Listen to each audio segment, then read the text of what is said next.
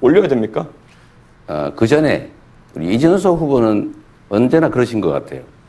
뭐 문제 지적을 예를 들면 과잉되게 아니면 왜곡되게 지적을 막 하는데 본인이 생각하는 대안은 뭔지 먼저 한번 말씀해 보시죠. 질문인데 제 주도권 질문인데 이준석 후보 1분 41초 남았는데 한 후보에게만 질문하셨던 점 다시 한번 긴장한 거 보이죠, 표정. 시간 정해진 건 좀 지켜주시는 게 좋지 않아요? 아니, 지금 사회자 개입하지 않았습니까? 아니 30초가 남았잖아요. 네.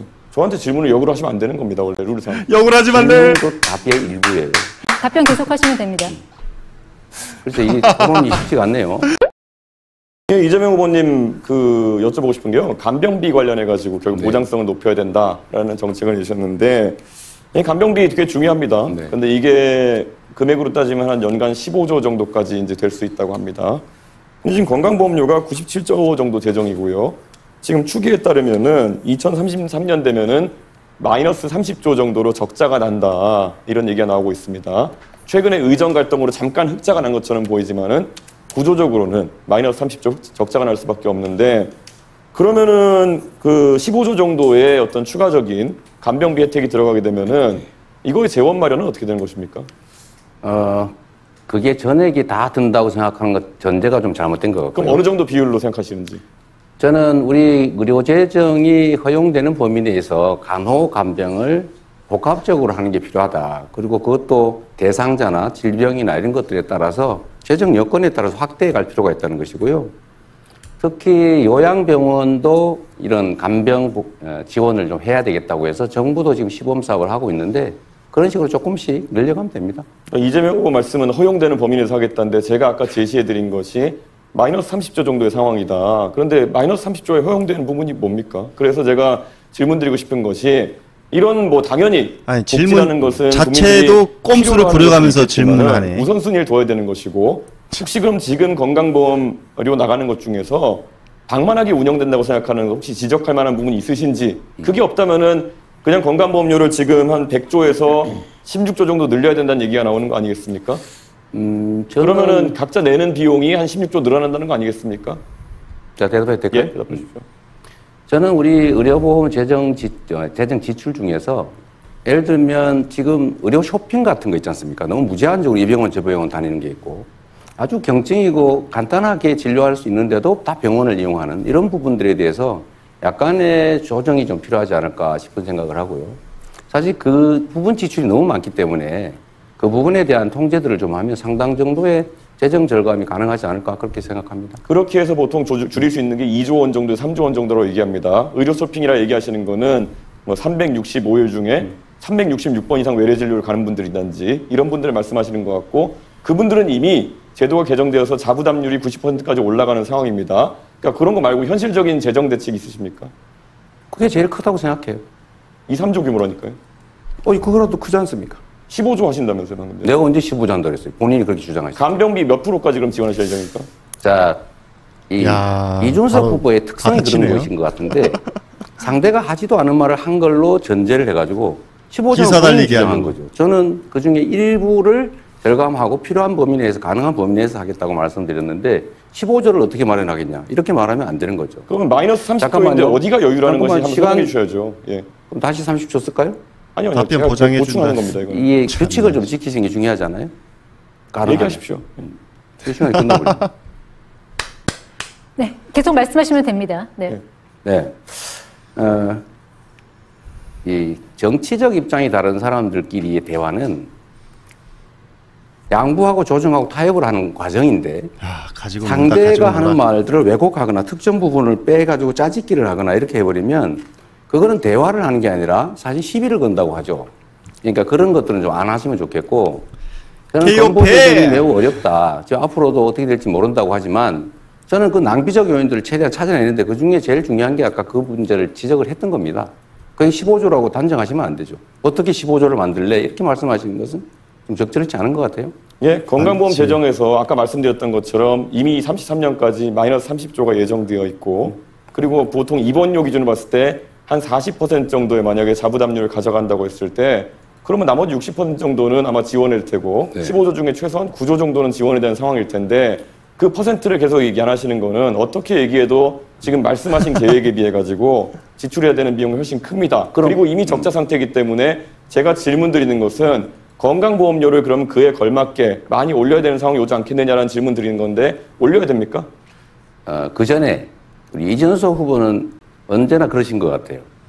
뭐 문제 지적을 예를 들면 과잉되게 아니면 왜곡되게 지적을 막 하는데 본인이 생각하는 대안은 뭔지 먼저 한번 말씀해 보시죠. 예를 들면 어떻게 하면 의료비를 절감할 수 있고 의료 건강보험료는 안 올리는 게 바람직하지만 필요할 때는 올리는 경우도 있겠죠. 제 질문인데 제 주도권 질문인데 이준석 후보 1분 41초 남았는데 한 후보에게만 질문하셨던 점 다시 한번 긴장한 거 보이죠, 표정. 시간 정해진 건 좀 지켜주시는 게 좋지 않아요? 아니, 지금 사회자 개입하지 않았습니까? 아니 30초가 남았잖아요. 네. 저한테 질문을 역으로 하시면 안 되는 겁니다. 원래 룰상. 욕을 하지 말래. 질문도 답의 일부예요. 네, 답변 계속하시면 됩니다. 그래서 이 토론이 쉽지가 않네요. 사실 저는 이 복지에 있어가지고 김문수 후보님. 네. 사실 이 건강보험 재정 같은 경우에는 방금 지적한 것부터 시작해서 굉장히 중요한데 김문수 후보님이 생각하시는 건강보험 절약 방안 혹시 있으면 뭐가 있을까요? 건강보험에 바로 김문수로 넘어갑니다. 낭비적인 요소가 특히 준서가 완패다, 완패. 뭐 이렇게 의료소 그렇게 삐딱한 생각으로 부정선거를 주장하는 사람들이 있습니다. 김어준 씨나 이런 분들 중심으로. 그런데 이재명 후보도 사실 이것에 동조해가지고 부정선거에 관한 내용을 공유한 바가 있습니다. 그래서 이것에 대해서 아직까지 입장을 갖게 가져가시는지 궁금하고요. 천안함에 대해서도 잠수함과 충돌했다. 연구 결과 나와라는 내용을 공유하면서 천안함 음모론에 동조하는 모양새를 보이셨습니다. 그리고 또 서부전선 포격 당시에 현지 주민이 북한 측의 포사격을 듣지 못했다는 내용의 뉴스를 리트윗했는데요. 이거는 사실 대통령이 되면은 대한민국의 안보를 책임지는 사람이 돼야 되는데 우리 목숨 바쳐 서부전선을 지키고 있는 장병들을 믿지 못하고 군을 믿지 못하고 오히려 북한의 주장에 역성을 들거나 아니면 이런 음모론자들과 괴를 같이 하는 것인데 이런 행보에 대해서 반성하는 자세인지 우선 궁금합니다. 네, 말씀드릴 기회를 주셔서 감사하네요. 제가 말씀드렸던 부정선거는 국정원이 댓글 조작을 통해서 국민 여론을 조작했기 때문에 그 측면에서 부정선거라고 한 거지 무슨 투개표를 조작했다 이런 차원의 윤석열이나 우리 김문수 후보가 관심 갖는 그런 부정선거는 아니라는 말씀 하나 드리고 두 번째로는 천안함은 저는 정부 발표대로 북한의 공격에 따른 것이라고 공식적으로 제가 숫자 발표했다는 말씀을 드립니다. 덧붙여서 제가 이준석 후보한테 이거 하나 여쭤볼게요. 계엄 해제하는 거 정말로 중요했는데 게임 끝났네. 12월 4일 날 새벽에 승부났어. 12월 4일 3일 밤이죠. 다른 사람들은 전부 국회 담을 넘어서 정말 들어가 전부 계엄 해제에 참여했는데 본인은 왜 담을 넘어가자는 그 참모 보좌관이 넘어가자는데 뭐 어떻게 야단을 치면서 쉽게 거의 폭언을 하면서 계속 말다툼을 하면서 결국은 계엄 해제 표결에 참여하지 않았어요. 그거 담 넘어가면 되잖아요. 왜 안 했는지 일단 궁금하고 두 번째로는 지금 단일화 논란이 많은데 저는 이번 내란 극복이 이번 선거의 가장 중요한 과제다라고 생각해요. 그런데 이거와 관련해서 우리 이준석 후보께서는 이 내란 세력에 대한 입장이 어떠한지 또 극우 세력에 대한 입장은 또 어떤지 결국 저는 이 후보께서 내란 세력인 국민의힘 김문수 후보와 단일화할 거다 이렇게 예상을 저는 개인적으로 해요. 근데 당권을 주겠다든지 총리를 맡겨주겠다 이런 제안이 있었던 걸로 보이는데 단일화, 이 내란 세력 후보와 단일화 할 건지 궁금해서 한번 물어봅니다. 이거 뭘 또 거래를 하는 거 이건 불법 아닌가요? 저는 결국 이재명 후보가 음모론적이고 세상을 참 삐딱하게 보고 있다는 것을 다시 한번 증명하고 있다 이런 생각을 합니다. 계엄이 터졌을 때 아마 귀당에 계신 분들께 아마 여쭤보면 알 겁니다. 저는 귀당에 있는 의원들과 계속 소통하고 있었습니다. 지금 국회 본회의장에 몇 명이 들어갔냐.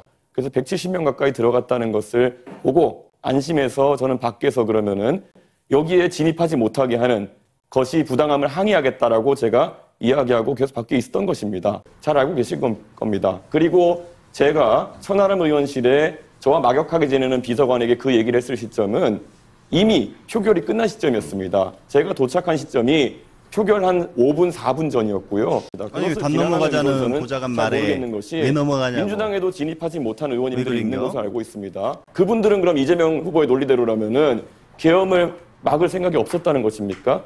그렇게 삐딱한 생각으로 우리 당 의원 보는 삐딱한 시각과 비속어 다른 좀 당 쓰지 의원 보는 마세요. 시각이 다르기 때문에 이재명 후보가 갈라치기하고 우리 편 아니면 다 적이라고 본다는 그런 이야기를 듣는 애국이라고 겁니다. 굉장히 안타깝고요. 이재명 후보는 그냥 본인의 망상 속에서 계속 그것만 두려운 겁니다. 미안하지만 그래서 이런 아주 질문한 중요한 거야, 정책을 질문. 물어봐야 되는 자리에서 자기 싸우려고 궁금증 해소하러 나오신 거거든요. 저는 이런 것들은 이재명 후보가 굉장히 편협한 시각을 갖고 있다는 확신을 국민에게 줄 거라 봅니다.